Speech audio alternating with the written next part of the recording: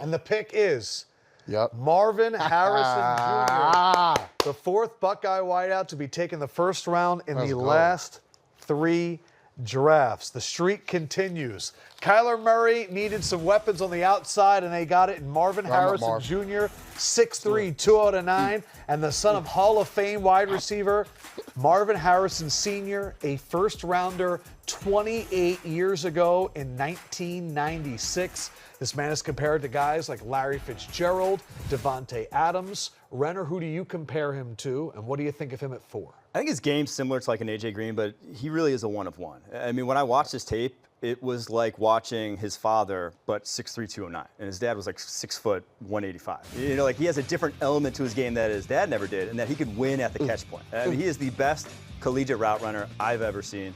I think what gets underrated in his game is his ability to not only like hit 23 miles per hour on the GPS, but he can stop at will. Big wide receivers, it's difficult usually for them to throttle down, and he just, as soon as he knows the DB is going full throttle next to him, he can just slam on the brakes and get open.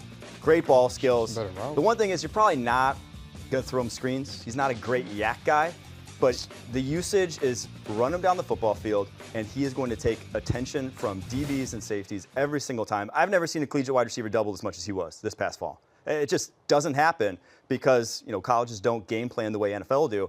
He's going to get double teamed early on in his NFL career. This is an A-plus pick.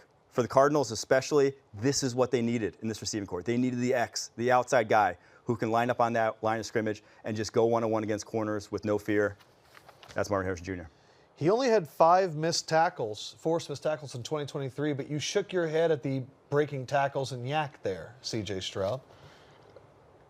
Stand up for your guy. So when you're so open, sometimes you don't gotta break tackles. Yes. Oh my God! Is it not the truth? It's true. His route tree was not one to be conducive to tackle. So let me say this. Talk about your man. I've seen Marv in practice, and that's where you see guys who are great be great most of the time. Because I mean, you only get in college, you get 12 opportunities for sure. In the league, you get 17. Like in practice, you practice way more than you play. So man, bro, when I tell you, it's not only when he catches the ball, it's like at the point where like I'm telling you, he like does his thing, and I don't want to tell his secrets, but like before the ball gets to him, he'll like move his body suddenly, and a dude will like, the DBs will go to his inside hip and he'll shake out. Like he feels guys behind him. Like, I don't know, it's something that he does. That's like Kelsey. I mean, like that's what Kelsey's the best at, right? Like that subtle, like he's going one way as he's catching it, but he knows he's going the other. Come on, bro. Yeah. Of all the wide receivers you've played with, and you've played with a lot of guys that have gone to the next level. Where does this guy stand, and what do you think? What kind of career do you think he's going to have in the NFL? With all the guys I play with, you know, I like I'm 1A, 1B, 1C, 1D. Like you can put whoever where. I mean, they're all offensive rookie of the year. You know what I'm saying? Like they're like.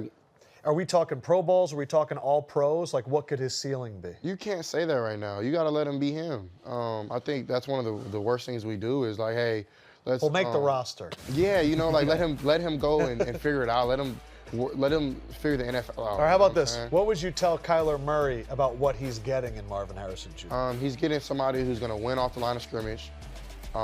Somebody who, as you can see, can open up and stride, deep ball. Usually is a body catcher, which I don't think is a bad thing in NFL, but can hands catch.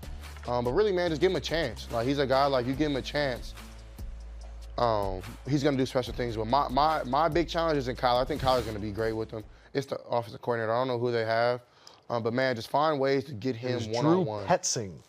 Find ways to get him one-on-one. Find ways to get him to show his route running, and not even show it, but just dominating it. And, you know, I'm excited to see him, man. I'm so happy for him. Like, I called him last night, talked to him this morning. How was he feeling? He's feeling great. You know, he's not, and that's one thing, like, about Marv. Marv never gets high. Marv never gets too high. Marv never gets too low, and that's a great thing to have. And I think as his career kept going, he kept developing his personality on the field. And, man, he's a dog, bro. Yeah. Like, he might not yell and, like, talk and, like, do a bunch of stuff, but, man, he's felt. EP Stay Fit commenting, Stroud and Micah going to square up before the draft is over, LOL. I mean, we get into it, you know. We wouldn't fight. That's my brother. It's the Texas guys, you know. It's the Texas duo right now.